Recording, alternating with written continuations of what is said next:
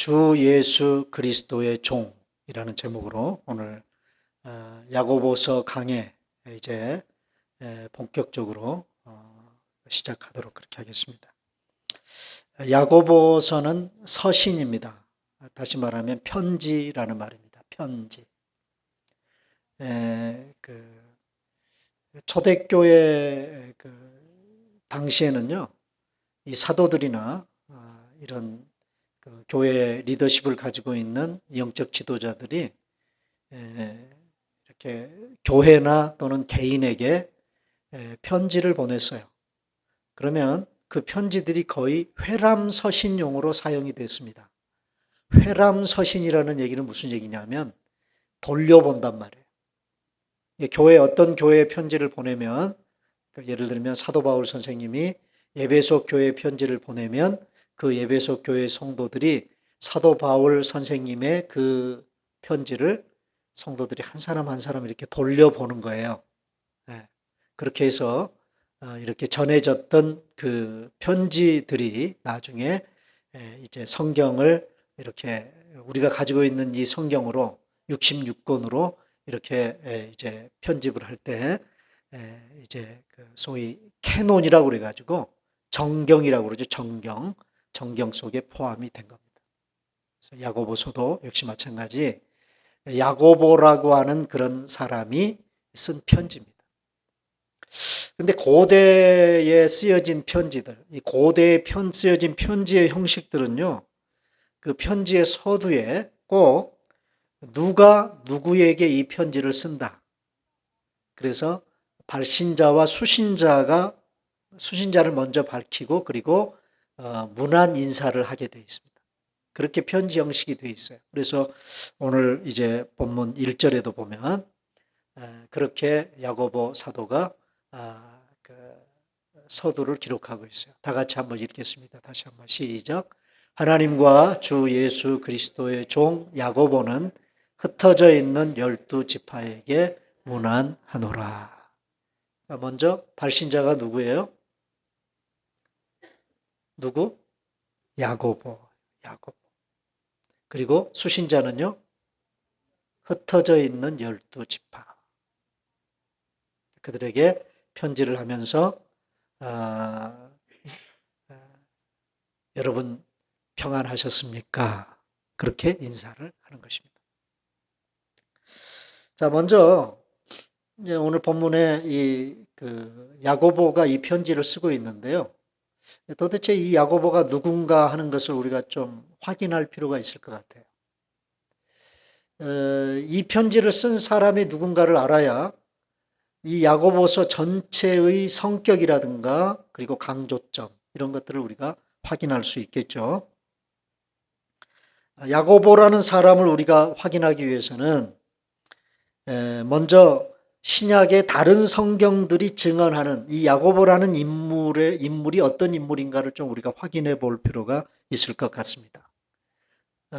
예수님의 공생애를 기록한 복음서라든가 또는 사도행전 이런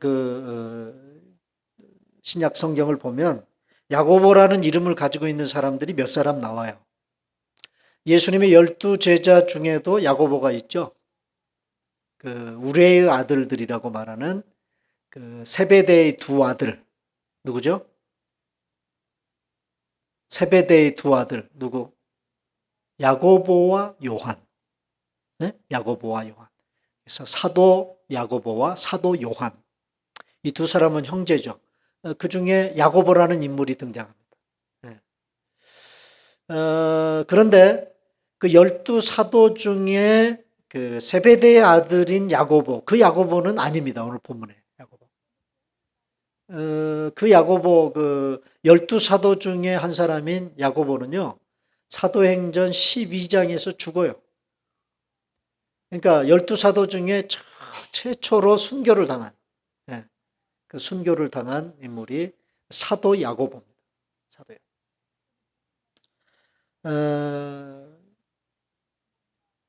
그래서 오늘 본문에 본문을 기록한 야고보서를 기록한 이 야고보는 그 12사도 중에 한 사람인 야고보는 아니다. 그럼 누구냐? 한 사람밖에 없는데 바로 누구를 가리키냐면 예수님의 동생인 야고보. 예수님과 형제지간이에요. 그런데 예수님은 아버지가 누구예요? 육신적인 아버지가 없죠. 왜요? 동정녀 탄생을 하셨기 때문에 육신의 아버지는 없습니다. 법적인 아버지는 있죠. 그죠? 호적상의 아버지 누구? 요셉. 그런데 마리아가 예수님을 낳고 난 후에 요셉과 결혼을 했어요. 그렇죠? 예수님을 마리아가 낳을 때 정혼 상태야. 그러니까 약혼한 상태예요. 그 상태에서 이제 예수님을 낳고 그리고 나서 나중에 결혼을 정식으로 해서 이제 자식들을 낳습니다. 그 중에 한 사람이 누구예요? 야고보. 그 중에 한 사람. 그래서 우리는 야고보를 가리켜서 예수님의 젖동생이라고 그래요. 젖동생. 한 어머니의 젖을 빨면서 자란 그런 형제들이다. 젖동생이라고 그럽니다. 마태복음 13장 55절을 보시면 다 같이 한번 읽겠습니다. 시작. 이는 그 목수의 아들이 아니냐? 그 어머니는 마리아, 그 형제들은 야고보, 그리고 요셉, 시몬, 유다. 그 형제들의 이름이 이렇게 밝혀지고 있죠. 그러니까 여기 바로 그 예수님의 형제들 중에 한 사람인 야고보가 오늘 본문 야고보서를 기록한 사람이다. 근데 이 야고보가 예수님께서 이제 공생의 3년 반 동안 공생의 사역을 하실 때 이 예수님의 형제들은 자기 형님인 예수님을 어떻게 대했죠? 예수님을 어떻게 대했습니까? 자, 요한복음 7장 5절입니다. 다 같이 읽습니다. 시작. 이는 그 형제들까지도 예수를 믿지 아니함일러라. 예수님의 형제들이 예수님을 인정 안 해요. 인정 안 하는 정도가 아니고 비아냥거리고 조롱까지 했어요. 나중에는 미쳤다라고까지 했습니다. 형제들. 그래서 여기 요한복음 7장은 그런 얘기입니다.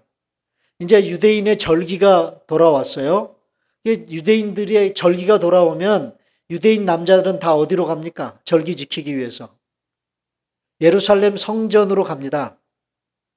그런데 예루살렘 성전으로 안 가고 예수님이 갈릴리 그 총구석에 처박혀 있으니까 그 동생들이요. 자기 형인 예수님께 비아냥거리면서 아니 당신이 그 형님이 메시아라고 그러면서 대중들 앞에 형님이 메시아라는 사실을 알리려면 이 총구석에 처박혀 있을 것이 아니라 이제 절기가 되면 예루살렘 수없이 많은 사람들이 우글거리는 그곳에 가서서 메시아 되심을 드러내시는 게 좋잖아요. 정말 메시아라면 그러면서 예수님을 비아냥거렸어요. 자, 그런 사람이 야고보입니다.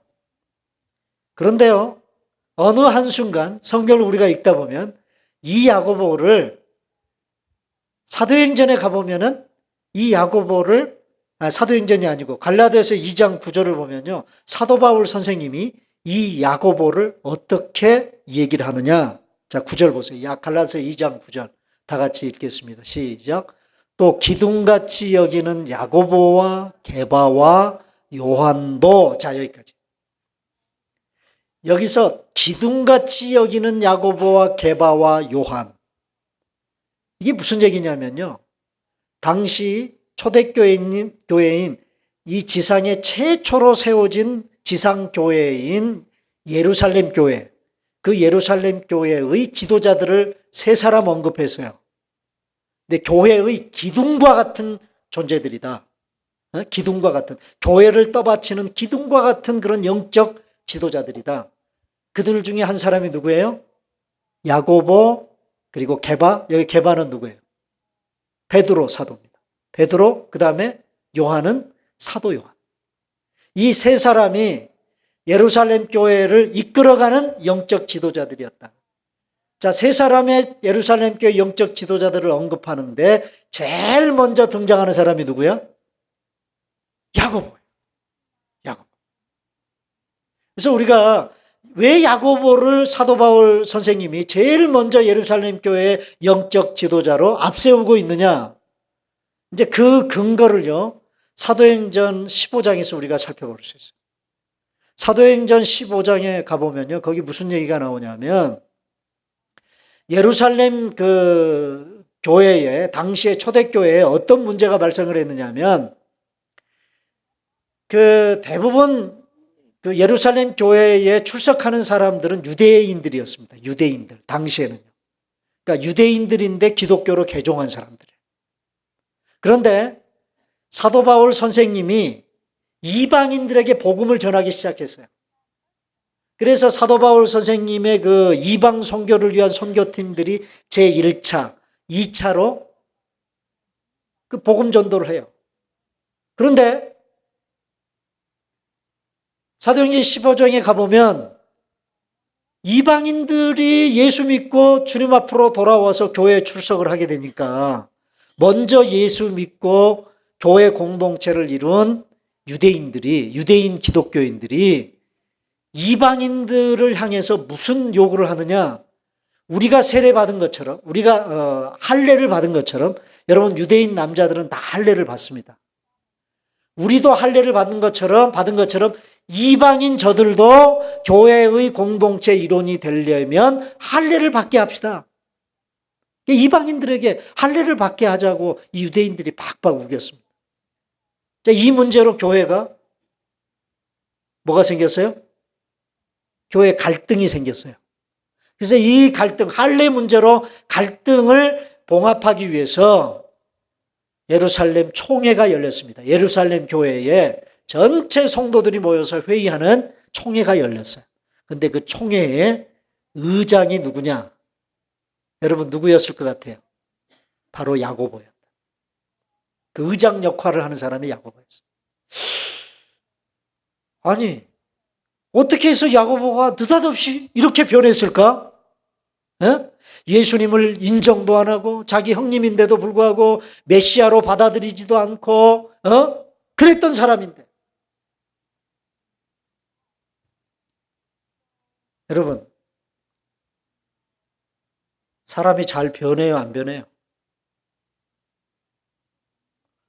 사람이 잘 변하든가요, 안 변하든가요? 변해요? 네, 잘 변하는 사람도 있어요. 말씀 한마디를 딱 들으면 자기의 삶을 고쳐요. 그런 사람들이 있어요. 스펀지처럼 하나님의 말씀을 쫙쫙 받아들여서 그 말씀대로 자기의 삶을 잘 이렇게 고쳐나가는 사람들이 있어요. 그런데 징하게 안 변하는 사람들이 있습니다. 평생을 안 변하는 사람들이 있습니다. 네. 근데 이 야고보는 어떻게 그렇게 헷가닥 변했을까요? 네? 여러분, 그래서 야고보는요, 예수 믿기 전과 예수 믿은 후가 너무나도 분명한 사람이에요. 네. 너무나도 분명한 사람. 이런 사람들이 신앙생활을 똑부러지게 해요. 그죠? 기도 한마디를 해도 얼마나 뜨겁게 하는지. 그런데 예수 믿기 전과 믿은 후가 불분명하는 사람들은요, 뜨뜻미지근해요. 이래도 흥, 저러도 흥. 그래요. 자, 이게 오늘 본문 이외의 다른 신약 성경이 증언하는 야고보에 대한 증언입니다. 야고보는 이런 사람이다. 에? 자, 그럼 오늘 본문에서 야고보는 이 편지의 발신자로서 자신을 어떤 사람으로 소개합니까? 어떤 사람으로? 자, 자신이 누구라고요? 하나님과 주 예수 그리스도의 종이다. 그렇게 자신을 소개합니다. 과거에 예수님을 부인했던 사람이 예수님을 부인했던 사람이 이제는 자신의 육신의 형님인 예수님을 뭐라고 고백해요? 자신의 육신의 형님인 예수님을 주 예수 그리스도라고 고백하고 있다. 자, 여기서 예수님을 주라고 얘기했습니다. 주. 이 주라는 말은 헬라어로 큐리오스. 이 단어는요, 적어도 유대인들에게는 하나님을 부를 때 사용했던 칭호입니다. 주. 그래서 유대인들은요, 전통적으로 하나님의 이름을 여호와라고 그렇게 불렀어요. 여호와. 그런데 이 여호와라고 해서 야훼라고 하는 이 여호와라는 호칭은요, 함부로 그들은 자신들의 입으로 그 하나님을 호칭하지 못했어요. 왜? 왜 안 불렀을까요? 왜 여호와의 이름을 안 불렀어요? 여호와라는 그 이름을 함부로 입으로 부르지 않았을까요? 죄악된 인간이 그 거룩하신 하나님의 이름을 입에 담을 수 없다는 거예요. 그래서 성경을 읽더라도 여호와라는 하나님의 명칭이 나오면요, 성경을 입으로 이렇게 쭉 읽다가도 여호와라는 명칭이 나오면 입을 닫고 눈으로만 읽는 거예요. 너무나 거룩하신 분이기 때문에. 그런데 이제 나중에 가서 유대인들이 이제 이 여호와라는 명칭을 이제 호칭하기 위해서 쓴 편법이 뭐냐면 여호와, 소위 여호와라고 하는 그 히브리어 단어에 모음을 빼버리고 읽었어요. 그 단어를. 그 모음을 빼버리고 읽으니까 어떻게 읽어지냐면 소위 아도나이라고 읽혀지게 되는 거예요. 그래서 이 아도나이라는 말이 주라는 말이에요. 주. 자, 그래서 여러분, 그러니까 지금 야고보는요, 자신의 육신의 형인 예수님을 또 다른 하나님으로 고백하고 있는 거예요. 네? 하나님으로 고백하고 있는 것입니다. 그리고 주 예수일 뿐만 아니라 그 예수는 누구다? 그리스도다. 여러분, 그리스도라는 말이 무슨 말이에요? 그리스도라는 말은 헬라어입니다. 그러면 이 그리스도라는 헬라어의 히브리어는 뭐냐? 메시아라는 말이에요. 메시아. 그래서 메시아라는 뜻이 뭐예요? 구원자다, 구세주다, 그런 뜻입니다. 그러니까 예수님은 주님이시다라는 말은 예수님은 하나님이고 예수님은 또 우리의 구원자가 되십니다라고 야고보는 고백하고 있는 것입니다. 그리고 바로 그 예수님을 야고보는 주님으로 섬기는 종이다. 자신을 종이라고 소개하는 거예요. 종. 바로 그 주 예수 그리스도의 자신은 종이다. 종.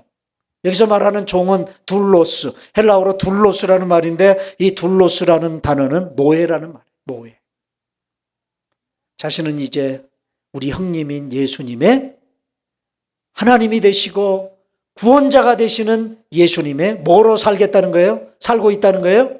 노예로 살고 있다는 거예요. 누구의 종입니까? 하나님의 종입니다. 여기서 하나님은 성부 하나님이에요. 하나님과 할 때 그 하나님은 성부 하나님. 그리고 또 하나님 대신 주라는 또 하나님 대신 성자 예수님의 종이라고 고백하고 있어요. 그는 예수님과의 육신적인 관계를 언급하지 않았습니다. 오늘 본문에서. 자신을 소개할 때, 야, 너희들 내가 누군 줄 알아? 누군 줄 알아? 예수님이 누군지 알아? 내 형님이야, 내 형님. 그러고 소개하지 않았어요. 저 같으면 그랬을 것 같아요. 삼성 장로교회 성도들한테 편지할 때 내가 예수님이 내 형님이라면 그랬을 것 같아요. 나는 주 예수 그리스도의 종인데 그 예수가 누군지 아냐 너희들? 우리 형님이야. 그러고 소개 안 했다 그 말이에요.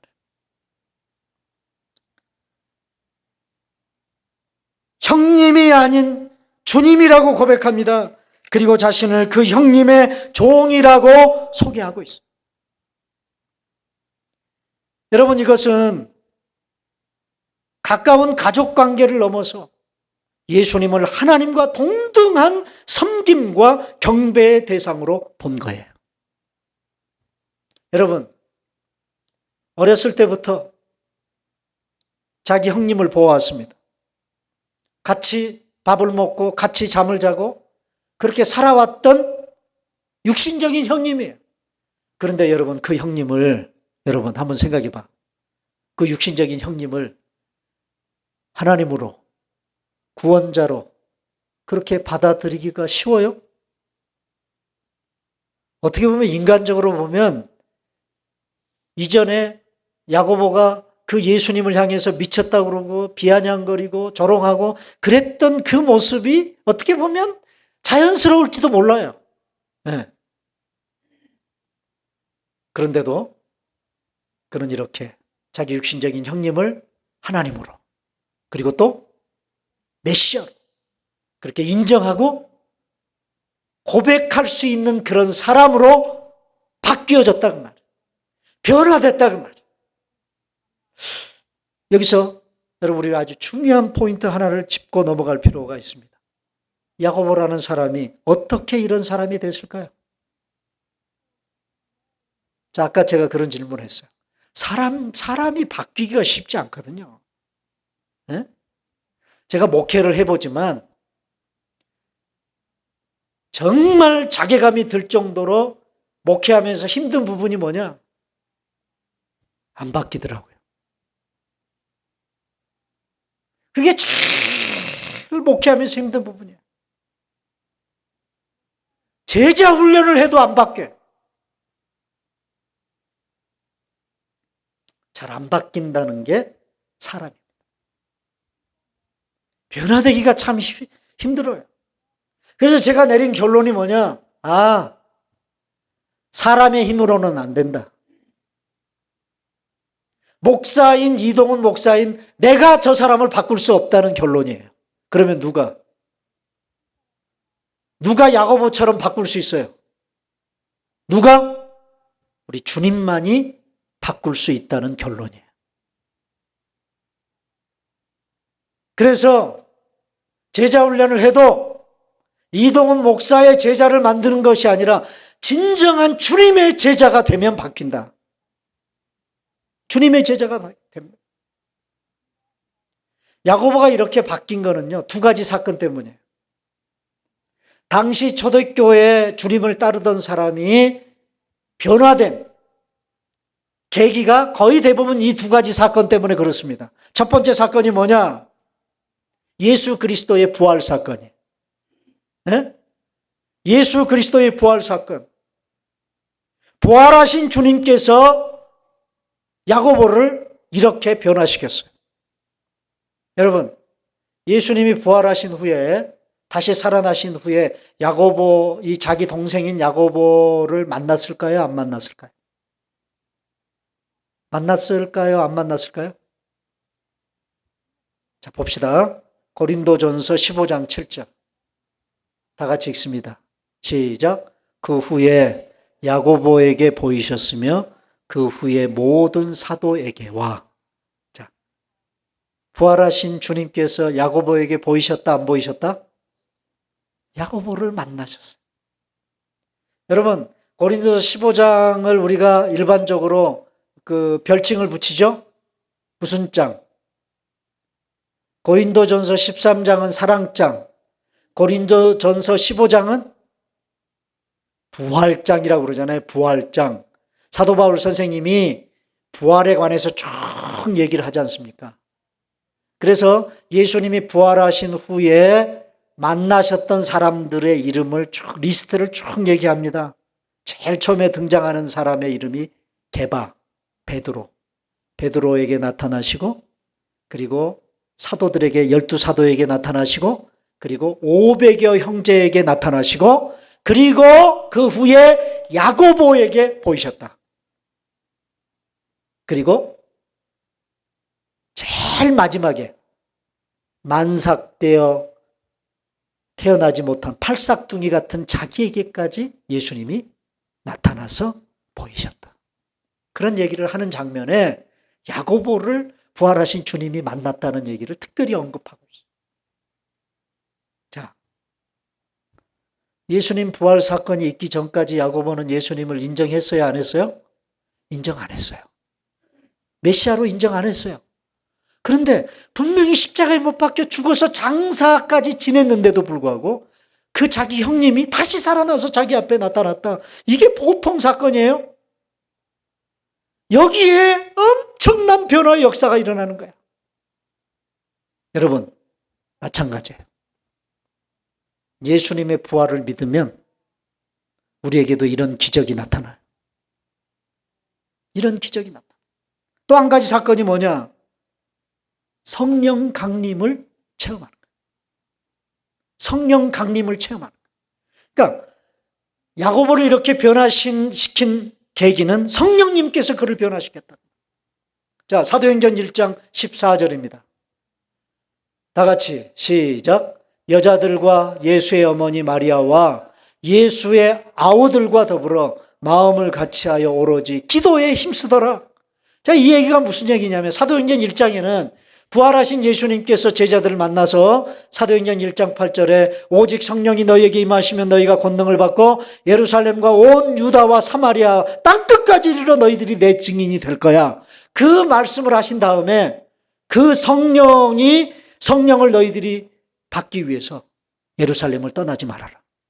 그래서 그 주님의 명령을 따라 그들이 예루살렘의 마가의 다락방에 모여서 그리 기도하는 거예요. 기도하는 거예요. 근데 그 마가의 다락방에 기도하는 자리에 누가 앉아 있어요? 누가 앉아 있어? 예수의 아우들이 앉아 있었다. 그러면 그 예수의 아우들 중에 누가 있었다는 얘기예요? 야고보. 기도하는 자리에 부활하신 주님을 만나고 그 주님은 승천했어요. 그 부활하신 자기 형님 예수님을 만나고 그러고 나서 마가의 다락방에 120명의 사람들이 예수님에 따르던 제자들이 모여서 기도하는 그 자리에 앉아서 그들이 기도하고 있었어요. 열심히 기도할 때 하늘에서 뭐가 임했어요? 하늘에서 뭐가 임해서? 성령이 불같이 임했죠. 성령이 불같이 임했습니다. 그 성령의 임재를, 강한 임재를 체험합니다. 야고보. 그리고서 변화된 거예요. 사랑하는 여러분, 야고보를 누가 변화시켰다고? 부활하신 주님이, 부활하신 우리 예수님께서, 그리고 그 예수님의 영이신 성령님께서 그를 변화시켰다.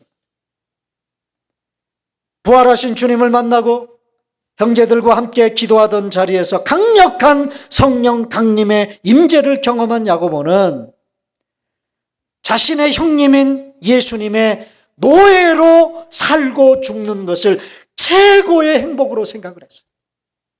그래서 나는 주 예수 그리스도의 종입니다.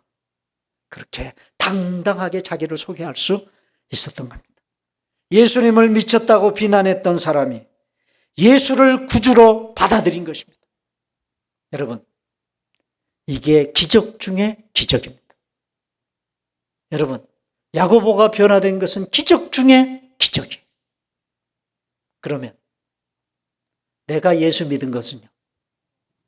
내가 예수 믿은 것은 야고보가 예수 믿고 예수 그리스도를 주님이시고 메시아입니다. 그리고 나는 그 주님의 종입니다. 라고 고백한 것이 기적 중에 기적이었다면 죽었다 깨어나도 하나님이 누군지 모른 채 살아갈 뻔했던 우리들. 내 힘으로는, 내 의지로는, 내 열심으로는 죄악의 구덩이에서 건짐받을 수 없었던 우리들을 예수 믿게 하고 그래서 하나님을 아바 아버지라고 부를 수 있도록 되어진 나 자신이 예수 믿는 그 사실 하나가 또 다른 기적 중에 기적이 아닙니까, 여러분? 그래, 안 그래요? 늘 여러분 자신이 예수 믿어서 내가 구원받은 하나님의 백성이 된 것을 생각할 때마다 이게 기적입니다. 내가 기적입니다. 내가 하나님의 기적입니다. 여러분 이런 고백을 하며 살아가시기를 바랍니다. 다른 데서 기적 체험하려고 하지 마시고요. 여러분들이 하나님의 기적이라.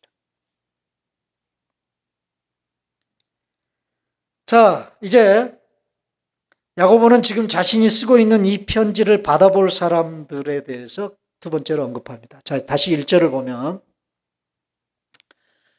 하나님과 주 예수 그리스도의 종 야고보는 흩어져 있는 12지파에게 문안한다.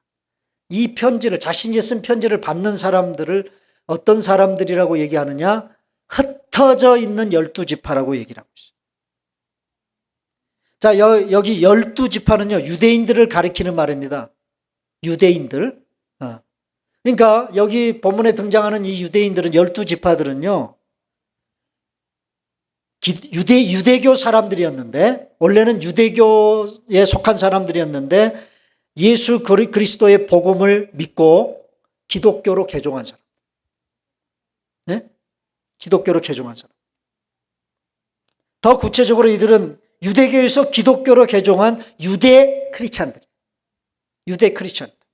그런데 지금 이들을 가리켜서 흩어져 있는 사람들이라고 말합니다. 흩어져 있다. 한마디로 팔레스타인 영역 밖에 흩어져 살고 있는 성도들이에요. 자, 예루살렘 교회를 중심으로 교회 생활과 신앙 생활을 하던 이 유대 크리스찬들이 왜 흩어지게 됐죠?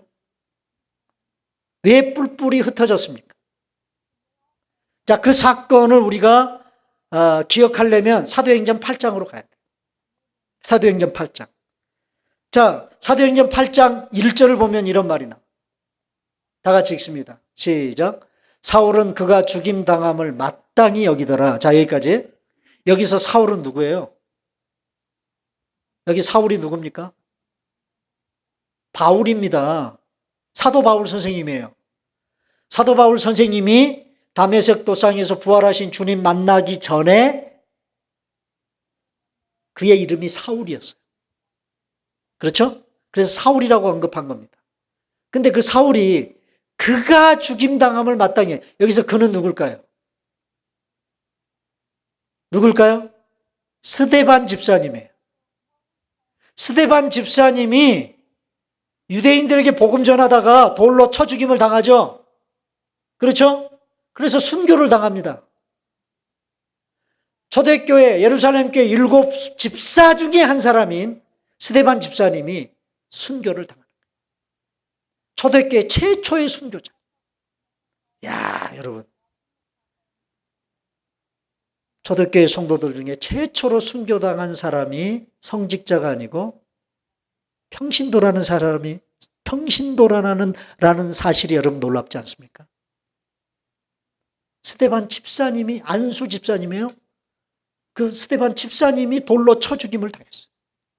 그 자리에 누가 있었어요? 그 자리에 누가? 사도 바울 선생님이 그 자리에 있었어요. 그때 사도 바울 선생님은 뭐 하는 사람이었습니까? 방방곡곡에 돌아다니면서 예수 믿는 사람들을 잡아다가 그 스데반 집사님을 죽이는 것처럼 돌로 쳐 죽이는 일을 앞장섰던 사람이 사도 바울 선생님이었습니다. 그런데 그 사도 바울 선생님이 그 일을 하고 있을 때 그 자기 앞에서 죽어가는, 돌에 맞아 죽어가는 스데반 집사님을 바라보면서 저 사람 잘 죽었다. 마땅히 죽었다라고 그렇게 사도 바울 선생님이 마음속에 여겼다라 그 말이에요. 자, 그날에 여기 그날은 무슨 날? 스데반 집사님이 돌에 맞아 죽는 그날에 예루살렘에 있는 교회에 큰 박해가 일어났어요. 자, 그 예루살렘 교회 안수 집사였던 스데반 집사님의 피를 본 유대인들이 가만히 있겠어요? 저 예루살렘 교회에 다니는 예수쟁이들 다 잡아 죽이자. 그러고 난리가 난 거예요. 그래서 어떻게 됐다고요? 사도회에는 다 유대와 사마리아 모든 땅으로 예루살렘 교회 성도들이 뭐예요? 그 박해를 피해서 흩어졌다. 박해를 피해서 흩어졌다. 그러니까 왜 흩어졌느냐? 여기 흩어져 있는 12지파에게 편지했다고 그랬는데 바로 이때 흩어진 사람들이다 그 말이에요. 뭘 피해서? 박해를 피해서. 예루살렘 교회만 박해 때문에. 그런데 여러분, 사실은요, 누가 흩으신 거냐? 하나님이 흩으셨어요. 하나님이 흩으셨다고요. 왜 하나님이 흩으셨을까요? 하나님이 예루살렘 교회에 박해를 허락하셔서 그들을 흩으셨어요. 사도행전 1장 8절에서 예수님이 승천하시기 전에 제자들에게 뭘 당부하셨습니까? 오직 성령이 너에게 임하시면 너희가 땅끝까지 이르러 내 증인이 되어야 할 거다. 여러분, 땅끝까지 이르러서 예수 그리스도의 증인 역할을 하려면 예루살렘에 머물러 있어서는 할 수 있어요, 없어요? 예루살렘에 머무르면 그 일을 할 수 없잖아요. 흩어져야 되잖아요, 흩어져야. 그래서 하나님이 흩으신 것입니다. 땅끝까지 전도하고 선교하라고 흩으신 거예요. 여러분, 선천적으로 유대인들은 그 근성이요, 민족성이 흩어지기를 싫어해요. 유대인들은. 네. 그래서 얼마나 그 어떤 민족성이 함께 똘똘 뭉쳐가지고 이렇게 지내고 생활하는 것을 좋아하는지 여러분 한번 상상을 해보세요. 거의 2000년 가까이 나라가 없었어요. 이스라엘이라는 나라가 없어졌잖아요. 그런데 그 민족이 없어졌어요? 안 없어졌어요. 뭐 때문일까요? 그들의 민족성 때문에 그래요. 그런데 함께 삽니다. 함께 공동체를 이룹니다. 그게 이스라엘 민족의 민족성. 근데 이게 좋을 수 있어요. 함께 똘똘 뭉쳐가지고 하나의 어떤 맨파워를 이룬다고 하는 것은 좋을 수 있지만 그러나 선교를 하는 데는 빵점이라. 왜요? 왜? 안 흩어지니까. 안 흩어지니까. 그래서 여러분, 이스라엘 민족을 하나님께서 사용하시지 않고 그 복음을 이방인에게로 넘기신 이유가 바로 여기입니다.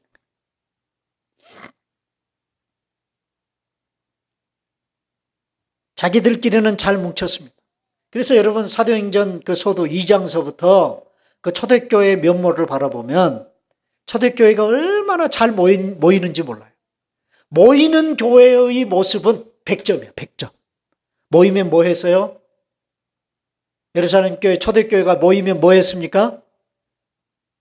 기도하고 예배드리고 친교하고 떡을 떼고 하나님 말씀 배우고 자기들끼리 서로 네 물건 내 물건 없이 공유하고 네? 그런 너무나도 아름다운 교회 공동체의 모습을 사도행전에서 우리가 볼 수 있습니다. 네. 그래서 우리가 종종 교회 캐치프레이즈로 내거는 게 뭐예요? 네? 우리 교회도 초대교회로 돌아가자. 그런 캐치프레이즈를 내걸죠? 네? 초대교회로 돌아가자. 그 모습이 너무나 아름다워서. 그런데 그러면서 자기들끼리 모여가지고 예배 드리고 교제하고 사치기 삿바포하고 그러니까 얼마나 좋아요. 여러분 우리도 좋죠. 그죠? 교회 모여서 우리들끼리 그렇게 서로 정을 나누고 서로 교제하고 그러면 얼마나 좋습니까? 그런데 저 하늘에서 우리 하나님이 그 모습을 보시면요. 하나님도 좋아하실 수 있겠지만 이게 하나님이 답답한 거예요. 뭐가 답답할까? 저놈들이 저러고만 있어서는 안 되는데. 저러고만 있으면 안 되는데. 어떻게 해야 되는데? 어떻게 해야 되는데? 이제 잘 모였으면 어떻게 해야 돼요? 흩어져야 되는데. 에? 흩어져야 되는데. 저렇게 자기들끼리만 좋아서 죽고 못 살면 언제 선교하나? 언제 세상에 죽어가는 영혼들을 구원하나? 하나님이 답답해요. 그래서 예루살렘 교회에 핍박을 허락하셔가지고 그들을 흩으시는 거예요. 세계 방방곡곡으로 흩어져서 살게 하시고. 여러분, 예수님이 제자들에게 뭘 당부하셨습니다? 당부하셨습니까? 승천하시기 직전에. 그러므로 너희는 가서, 가라는 거예요, 가라. 그러므로 너희는 가서 모든 민족으로 제자를 삼아라. 세상 모든 민족에게 가서 그들을 제자 삼으라. 그 제자 삼으라는 말이 무슨 말이에요? 복음 전해서 그들을 예수 믿게 하라는 거예요. 가라는 거예요. 가라는 거예요. 그게 우리 주님의 당부였습니다. 사도행전 1장 8절에 땅끝까지 이르러 내 증인 되라. 묻습니다, 여러분. 여러분들은 가라는 주님의 명령에 순종하고 있습니까? 어쩌면 순종했는지도 모르겠습니다. 한국에서 여기까지 왔으니까. 미국까지 왔으니까.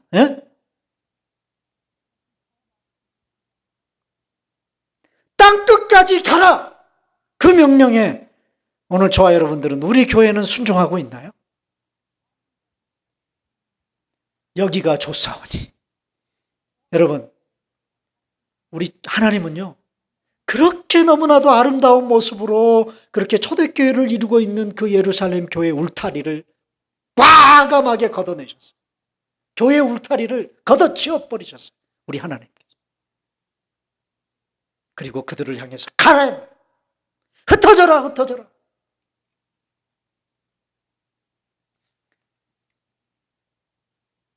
여러분, 박해를 피해서 예루살렘을 떠나 흩어진 사람들이 뭐 했습니까? 흩어져가지고 뭐 했어요? 자, 8장 4절입니다. 사도행전 8장 4절. 다 같이 시작. 그 흩어진 사람들이 두루 다지며 복음의 말씀을 전했다. 자, 드디어 하나님의 뜻대로, 사도행전 1장 8절의 그 예수님의 당부대로 여러분, 복음 전도의 역사들이 펼쳐지기 시작합니다. 여러분, 복음 전했습니다. 가는 곳마다 복음의 씨를 뿌렸습니다. 여러분, 여기 흩어진 사람들을 헬라어로 디아스포라라고 그래요. 많이 들어봤죠? 디아스포라. 흩어져 살아가는 사람. 오늘 저와 여러분들이 다 디아스포라. 우리 임혜원 성도님 가정이 얼마 전에 디아스포라가 됐어요. 고국을 떠나서 이곳까지 흩어져 왔으니까. 여러분, 이민교회 성도들은 다 디아스포라예요. 디아스포라. 그런데 이 디아스포라라는 단어가 참 재미있는 게, 디아라는 헬라어의 뜻이 뭐냐면 흩어진, 그런 뜻이에요. 흩어진. 그 다음에 스포라. 이 스포라라는 단어가요, 이 스포라라는 단어에서 어떤 단어, 영어 단어가 파생이 되느냐면 스펌. 스펌이라는 단어가 파생이 됐습니다. 여러분, 스펌이 무슨 뜻이죠? 알아요? 스펌. 남자들의 정충, 정자를 스펌이라고 그래요. 네? 그걸 스펌이라고 그래요. 그런데 여러분, 이 남자들의 그 정자를 순수한 우리말로 뭐라고 그러죠? 우리 한국 사람들은 뭐라고 그래요? 몰라요? 몰라? 씨라고 그러잖아요, 씨. 그래, 안 그래요? 그걸 씨라고 그래요, 씨. 자손을 퍼뜨린다는 말을 씨를 뿌린다, 그렇게도 표현하잖아요. 씨를 퍼뜨린다. 여러분, 그래서 이 디아스포라라는 그 어떤 그 직설적인 그런 어떤 의미 해석을 한다면 무슨 뜻이냐?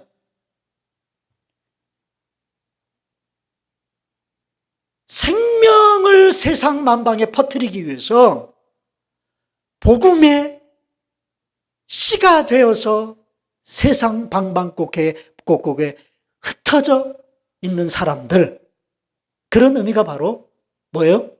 디아스포라라는 의미라는 것입니다. 그러므로 우리 성도들이 흩어지는 것은 흩어져서 씨를 뿌려놓은 것과 같다, 그 말입니다. 복음의 씨 역할을 하기 위해 흩어지는 것입니다. 세상의 죽은 영혼들을 살려내기 위해서. 그래서 그들에게 생명을 주기 위해서 생명의 씨앗을 퍼뜨리는 이 일을 위해서 우리는 흩어져서 살아가는 것이죠. 그래서 이민교회 성도들은 모두가 다 디아스포라입니다. 흩어진 복음의 씨들입니다. 여러분, 여기 덴버에는 민들레가 참 많잖아요. 그래서 뭐 집에도 우리 야드에도 보면은 민들레가 피었다가 나중에 보면 그 솜털 같은 씨가 이렇게 맺히잖아요. 그래 바람이 휙 불면 어떻게 해요? 그 민들레 씨가 확 퍼져나가죠. 바로 그것처럼 마치 민들레 씨가 흩어져 온 땅이 민들레 밭이 되듯이 여러분, 우리는 모두 하나님 나라 확장을 위해 미국까지 흩날려온 복음의 씨들임을 여러분 명심하시기를 바랍니다. 우리는 예수 그리스도의 부활을 믿는 부활 사건의 증인들입니다. 오직 성령이 너희에게 임하시면 성령 충만 받은 사람들은 가만히 앉아 있을 수 없어요. 땅끝까지 이르러 증인되는 삶을 살아야 합니다. 흩어져야 합니다. 주저앉아 있으면 하나님이 흩으실 것입니다. 이것이 성경의 역사예요. 여러분, 창세기 1장을 보면요, 하나님이 인간을 창조하셨어요. 그리고 그 인간들에게 사명을 주십니다. 어떤 사명? 어떤 사람들에게 어떤 사명을 주셨죠? 생육하고 번성하여 땅에 뭐하라? 충만하라. 생육하여 가고 번성하여 땅에 충만하라. 그 명령을 주셨는데 인간들은요, 끊임없이 뭐 하려고 하시느냐? 뭐 하려고 하느냐? 주저앉으려고 해요. 흩어지지 않으려고 해요. 그래서 창세기 11장에 보면 바벨탑을 짓지 않습니까? 그 바벨탑을 세우는 목적이 뭐예요? 창세기 보면요, 뭐라고 얘기하느냐? 우리가 바벨탑을 하늘 끝까지 세워서 흩어짐을 면하자. 흩어짐을 면하자. 그게 바벨탑을 세운 목적이었습니다. 그런데 하나님이 어떻게 하셨습니까? 그 바벨탑을 허물어 버리시고 그 바벨탑을 쌓은 사람들의 말을 다 혼잡게 하셔서 그들을 세상 속에 흩어놓으셨다고 그랬어요. 네. 그렇게 해서 오늘날 이렇게 지구상에 언어가 많아졌어요. 그때부터. 네. 흩어놓으셨어요. 이스라엘 백성들이 가나안 땅에 들어와 살았습니다. 그런데 그 가나안 땅에 안주하려고 해요. 그러니까 하나님이 어떤 일을 벌이시느냐? 바벨론에, 아수르에, 포로로 붙잡혀가. 예? 포로로 붙잡혀가게 하면서까지 그들을 흩어놓으시는 거예요. 이 땅에 하나님이 교회를 세우시고 그 교회를 통해서 생육하고 번성하여 하나님의 백성으로 땅에 충만하게 되는 이 창조의 목적이 성취되기를 바라셨습니다. 그러나 하나님의 백성들이 예루살렘 교회 안에 주저앉아 안주하고자 했을 때 하나님은 박해를 허락하셔서 그들을 흩어놓으셨어요. 여러분, 인간들은 주저앉으려고 하고 흩어지지 않으려고 하고 하나님은 뭐예요? 끊임없이 흩어놓으시려고 하고 이 싸움이요, 지금도 우리 안에 있습니다. 이 싸움을 저는 뭐라고 명명하느냐? 하나님 나라의 축소주의와 하나님의 나라의 확장주의의 싸움이다. 이게 성경의 역사고 이게 오늘 저와 여러분들 안에, 우리 교회 안에 있는 싸움. 여러분, 이걸 아셔야 됩니다. 오늘 선교 헌신 예배를 드리는 이 주일에 그렇게도 하나님의 백성들을 흩어놓으시고자 하셨던 하나님의 마음을 헤아리실 줄 알아야 됩니다. 여러분, 건강한 교회가 어떤 교회냐? 모이는 교회와 흩어진 교회의 모습을 균형 있게 가지고 있는 교회입니다. 교회는 이 두 교회의 모습을 가지고 있어요. 자, 오늘 지금 이 시간 우리는 어떤 교회의 모습을 갖추고 있습니까? 지금 우리는 어떤 교회의 모습을 갖추고 있어요? 모이는 교회의 모습이에요. 모여서 뭐예요? 예배 드리죠. 예배 끝나면 뭐예요? 친교하죠. 이게 모이는 교회예요. 여러분, 교회는 모이는 교회로만 있으면 안 됩니다. 초대교회 예루살렘 교회가 그 모이는 교회로 충실했어요. 그런데 그게 하나님의 마음이 아니에요. 그러면 모였으면 그 다음엔 그 모이는 교회 형태는 어떤 교회 형태로 바뀌어야 될까요? 어떤 교회 형태로? 흩어지는 교회 형태로 바뀌는 거예요. 예배 드리고 난 다음에 여러분들은 세상으로 흩어지는 겁니다. 그러면 여기에 모여서 예배 드리며 모이는 교회가 여러분들이 세상으로 흩어질 때 바로 여러분들이 가 흩어져 있는 그곳이 흩어지는 교회가 되는 거예요. 흩어지는 교회로 교회 형식이 바뀌어지는 거예요. 여러분, 왜 그래요? 왜? 내가 있는 그곳에는 직장에는 교회도 없고 교회 건물도 없고 내 사업터에는 교회 건물도 없고 우리 집에는 교회 건물도 있는데 왜 거기가 교회냐? 여러분들이 그러실지 모르는데 여러분, 건물이 교회가 아니에요. 그러면 누가 교회일까요? 내가 교회예요. 여러분들 한 사람 한 사람이 교회예요. 여러분들이 여기에 앉아서 예배 드리기 때문에 이 건물이 의미가 있는 거지. 여러분들이 여기 없으면 이 건물을 교회라고 말하지 않아요. 교회라는 건물이 의미가 없는 거예요. 자, 따라서 합시다. 손을 드시고 여러분 가슴을 탁탁 치면서 따라서 하십니다. 내가 교회다. 여러분, 내가 교회. 여러분들이 여기 모여 있으면 이게 모이는 교회고요. 여러분들이 교회 밖으로 흩어져서 가정에 있으면 여러분의 가정이 흩어지는 교회가 되는 거예요. 여러분이 직장에 있으면 그 직장이 흩어지는 교회가 되는 거예요. 여러분이 사업장에 가 있으면 그 사업장이 흩어지는 교회가 되는 거예요. 그러면 그 흩어지는 교회는 뭐 때문에 존재하는 거예요? 그곳에? 뭐 때문에 존재하는 거예요? 모이는 교회는 예배 때문에 이곳에 존재한다면 흩어지는 교회는 뭐 때문에 그곳에 존재해요? 뭐 때문에? 대답을 안 하면 내가 오늘 대답할 때까지 여기 서 있을 겁니다. 뭐 때문에 흩어지는 교회가 그곳에 존재해요? 선교 때문에. 복음 전도 때문에.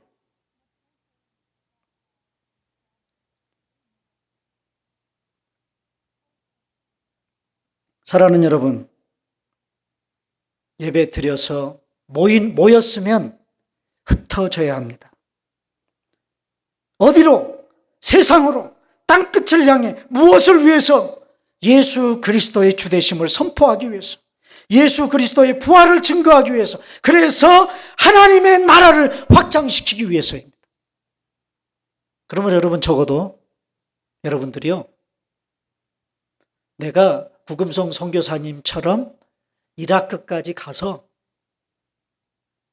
흩어진 교회로서의 선교를 못해도 여러분들이 예배 드리고 난 다음에 직장으로 가면 그곳이 내가 바로 선교사로서 내가 일해야 될, 선교 사역을 감당해야 될 자리다라는 그런 의식을 가지고 적어도 여러분 살으셔야 돼요. 그러므로 내가 교회일 뿐만 아니라 바로 내가 선교사다.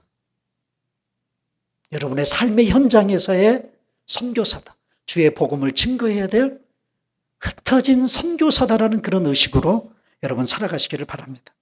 여러분, 이것이 선교입니다. 이것이 선교입니다. 여러분, 이 싸움에서 승리하는 여러분 되시기를 바랍니다. 하나님의 나라의 확장주의와 하나님의 나라의 축소주의의 이 싸움에서 여러분 승리하는 오늘 저 여러분들이 되고 우리 교회가 될 수 있기를 주님의 이름으로 축원합니다.